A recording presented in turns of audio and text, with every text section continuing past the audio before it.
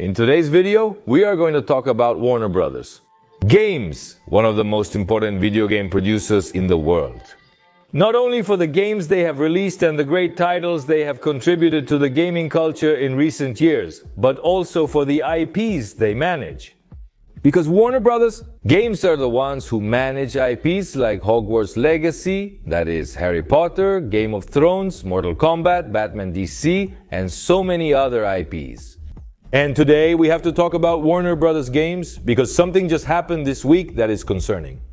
And that is Warner has decided to close several development studios and cancel several video games. Among them, well, the game that was coming from Wonder Woman, which is already here. Cancelled. I will share the latest updates from Warner. Why are they closing studios right now and not next month or the previous month? I'm going to talk about the future of the main jobs that Warner is doing today. What are Harry Potter, DC, Batman, and Game of Thrones? And we're going to talk, of course, about the new Rocksteady, the new Batman, which is supposedly being developed right now. Welcome, friends, to a new special video here on Big Data News from Warner Brothers.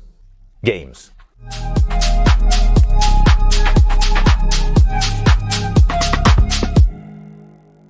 Warner Bros. Warner Brothers and Discovery have been in crisis since they merged in 2022 and Chief Executive Officer David Zaslav took over leadership.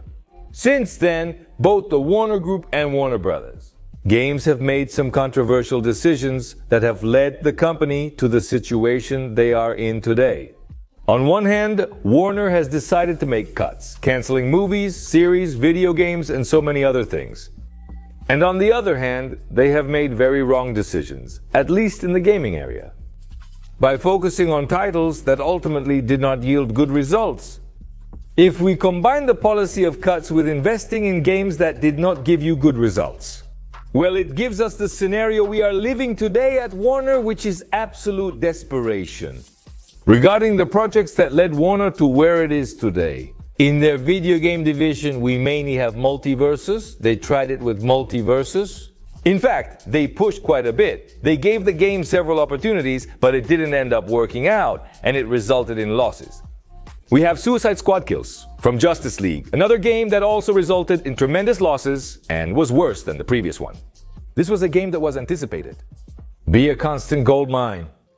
This was said to be Warner Brothers Games' main revenue source for the coming years through frequent Battle Pass sales. Well, it didn't happen. Hot and Knights wasn't a bad game, but it didn't achieve the success they anticipated. The game is decent overall, but it didn't turn out to be the big seller that Warner thought it would be. Harry Potter Quidditch Champions. This died almost before it was born. There's no one playing this anymore, and it only came out a couple of months ago. The Harry Potter Magic Awakens, also another Harry Potter spin-off that came out for mobiles. It was going to be a card game, battles with microtransactions and all that. Well, it lasted less than a year. The Mortal Kombat one, the current one, the current one. Currently, pardon the redundancy, it has fewer online players on Steam than Mortal Kombat 11. Beyond whether you can consider this a good game, a bad game, or however you want to consider it, the title did not achieve its goal, which was to replace the previous Mortal Kombat and bring all the Mortal Kombat 11 audience to this one. Another title on the list of the last 3 or 4 years from Warner that does not meet the objectives. And from Mortal Kombat, we also have Mortal Kombat Onslaught, another mobile one, which I understand has already closed. It has already died. The game is designed to generate micropayments and constant income for Warner along with all the usual features. Since 2022 when they made the Warner Discovery merger. So far, none of the video games that Warner launched have met Warner's objectives. Except for Hogwarts Legacy, which, if not for Hogwarts Legacy, we probably wouldn't be talking about the closure of 3 studios today. We'd be talking about the closure of an entire division, or perhaps the sale of the entire Warner Brothers division. Game. If you calculate that just with multiverses, with Quidditch Champions, and with Suicide Squad, Warner lost more than $400 million. When it was the complete opposite of what they were hoping to achieve, they were expecting to make a lot of money with services and all that stuff. As a result of all this loss of money and all this bad investment in games that did not end up meeting the expected results, And as a result of the restructuring that Warner is carrying out, their video game division has made the decision to close 3 studios and cancel projects. The 3 studios that were closed were Monolith Productions, Player, First Game, and Warner Brothers Games, San Diego. These closures were quite surprising, in fact, especially that of Monolith, because they had been developing a new game for quite some time, and supposedly the game was already quite advanced. Which is the game The Wonder Woman, a title that, well, completely cancelled, will now be forgotten forever. But let's review which studios Warner closed and what each of them was working on. Monolith Productions' closure was the most controversial and significant among the studios Warner shut down. They are the creators of titles like Fear No One, Lies Forever, Shadows of Mordor, and Shadows of War, 2 titles from The Lord of the Rings. Monolith's legacy in the video game industry is huge. And in fact, they are the creators of one of the most interesting boss systems we've had in the world of RPGs, which is the Nemesis system. A system that, by the way, will be forever frozen and prisoner of Warner and its licenses, from here until 2036. I don't want to stray from the main topic and start explaining or delving into what Nemesis is. But I'll briefly tell you that it's a method designed by the people at Monolith, so that the enemies or bosses we face evolve throughout the video game. And these bosses or enemies somehow have memory, and also certain dynamics between them. To give you an idea, this system was very revolutionary, because until Monolith introduced it in gaming, it hadn't been considered for the bosses, the enemies, and other things. Within a role-playing game could have these layers of complexity and record our battles, our confrontations, or even that a boss reacts when you defeat another boss. That's a topic for another video. The key is what you must remember is that Monolith made a great contribution to the video game industry, that Warner patented this system, that Warner closed Monolith. And now, the patented Nemesis system, well, we won't see it used in another video game unless Warner releases the patent. It was expected that the Wonder Woman game would be Monolith's masterpiece and that it could somehow give a new boost to DC games. That after the Suicide Squad, they come quite weak. And maybe, why not another opportunity to see the Nemesis system put into action? But this is not going to happen anymore. Player First Games is the second studio that Warner closed, and it's a somewhat newer studio, quite recent, from 2019. This studio was created with the sole purpose of developing and maintaining Multiverses. A title that, as you know, didn't turn out as Warner hoped. And while they tried quite a bit, because in fact they really tried with this title, the thing is it didn't end up working out. And there it is, total shutdown, complete cancellation. And the third studio that Warner closes is Warner Brothers Games San Diego, a studio that's also quite new, from 2019, that's not particularly known for anything. Interesting, because it's actually a support studio, a studio that helps the rest of the Warner studios when they have tasks that are overwhelming them. The thing is, as Warner is going to focus on making fewer games and more punctual games, it's also closing support studios. The issue here is money. Warner is currently in the red, it's in crisis, and so is its video game division. If it weren't for Hogwarts Legacy, it would be a total disaster.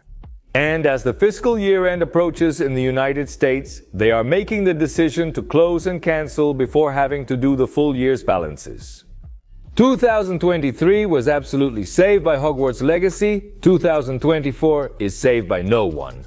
The game that was going to bring in all the money for Warner Brothers Games, which was the Suicide Squad game, didn't do it. And the 31st of March of this year, the fiscal year ends in the United States, meaning that companies close the balance. They review their annual performance from March to March, assessing investments, losses, and upcoming expenses for the next year. As Warner is screwed, and as Warner has to rely on its investors and others to try to get ahead of all this, they decide to close studios and cancel projects before the new fiscal year begins on March 31st. To start, already with less expenses, less salaries, less maintenance, less unfinished projects, and so on. So they are doing this right now for the money, because they are tight There's no artistic decision or any idea of saying this game wasn't that good or this game was good or whatever involved in all this. This is purely economic. I say this because some are already claiming that the Wonder Woman game was excellent and would have been Monolith's masterpiece. Does Warner Brothers Games really care about that? Little to nothing? What matters now is to adjust the expenses before the fiscal year ends. What matters now is to adjust the expenses before the fiscal year ends. Warner has already stated on several occasions that from now on, they are going to focus only on their big franchises. That is Harry Potter, DC, Mortal Kombat, and Game of Thrones. Games that are not from these franchises, well, they are not going to get the green light. They are not going to continue developing them. Regarding Mortal Kombat, we know that the plans for now are to continue providing content to Mortal Kombat, won events, and try to keep the game from dying. And Ed Boon, co-creator of Mortal Kombat, has revealed that NetherRealm Studios is already planning its new game, and they are developing it 3 years ago. And although we still don't know what game it is, we assume it's a new installment of Injustice, the DC fighting game. It's clear that Hogwarts Legacy 2 is the next installment in the Harry Potter franchise. The game was a total success, and we know that Avalanche Studios is developing the second installment. And they will probably focus solely on making Hogwarts Legacy 2. May it turn out as well as the first one. And Sans is already over. Regarding Game of Thrones, the main proposal of Game of Thrones is not that exciting. In fact, it's another mobile game. Are you watching it right now on screen? It's called Game of Thrones King's Road, and it's still in beta. Would it release this year? It would be a third-person action-adventure role-playing game, a game-as-a-service model. I don't know too much about this game because I didn't participate in the betas, and honestly, I'm not interested in the slightest. And it clearly looks like a future failure, but there it is. Are they going to keep this project? Apparently, maybe they could have not dissolved Monolith and put Monolith to work on a new Game of Thrones game, but that's not going to happen anymore. And what about DC? Well, we know that the Wonder Woman game, well, it went to the dogs, and we also know that Rocksteady is making a new Batman game, and it is rumored around that it would be Warner's big plan with DC to make a new Batman trilogy. For now, this is not confirmed, and they are just reports from insiders, rumors, and some Bloomberg report. But it is said that Batman Beyond or Future Batman would be the next thing from Rocksteady, and that Warner would have put Rocksteady to do what they know how to do. And that's it, a single-player Batman game straight for a new trilogy based on the future. I don't know if you remember or don't remember Batman Beyond or Future Batman, as we knew it in Latin America, but I'll refresh your memory. In 2039, Bruce Wayne has retired, and a new young man takes on the role of Batman. End of the review. In theory, Warner would have forced Rocksteady to step back from the game as a service path, and all that stuff they got into with the Suicide Squad game, and they would have made the decision to go straight for a new trilogy, just like Arkham. Out of the 4 games, one is known to be not as good as the others. And focus on the single-player story path, which, by the way, Batman has a lot to draw from for the single-player story. You don't even need to make up the stories. They're already on the table. It's 70, 75, or 80 years of Batman. I don't remember exactly, but many. It's disappointing that Warner Brothers Games will avoid taking risks with new projects in the future. Because it means that as a medium, we are kind of stagnating. On the other hand, it's reassuring to know they won't take risks with new things, and that they have to go where they have to go, which is the path. Single player with good stories and good games. And in fact, Hogwarts Legacy taught them that you don't need a game as a service, micropayments, battle passes, skins, and other things to have a real success. And let's hope that Warner has learned this lesson. For us, it's crystal clear. I think the vast majority of us would prefer a good game like Arkham Knight A over anything else they could launch. That, on top of everything, the single-player games, with a simple story that go forward on a straight path and nothing more. Well, with a bit of open world and that stuff, they are games that over the years continue to sell. Nowadays, there are people who continue to buy the Arkham Trilogy or Arkham Knight or those games because they are still good. Will Hogwarts Legacy still have buyers a decade from now? Because whether you like it or not, it's the best Potter universe game we've ever had. Is no one going to buy Multiverses next year?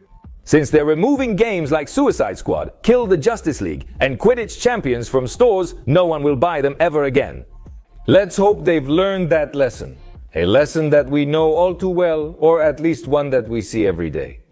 That the well-made single player is worth much more than a multiplayer as a service and all that? Yes, there are multiplayer services that make a fortune, but they are 1 in 1,000. Anyway, this is how we are with Warner Bros. Games. This is the situation that is being experienced today. Looking ahead, their decisions and chosen path will be crucial. Because there is no room for many more mistakes. Let me know in the comments if you're excited to see Batman Beyond turned into a video game or if you don't care at all. I love reading your comments. And of course, if you want to see more videos here on the channel, here are more videos. Look how nice they are. Don't forget that any interaction you have with this video, whether it's a like, a share, a comment, or whatever, helps a lot in reaching more new people. Because when you interact with a video, YouTube likes it, and YouTube shows our video to more people. Keep liking, sharing, and commenting to support the channel. Thanks for watching. See you next time.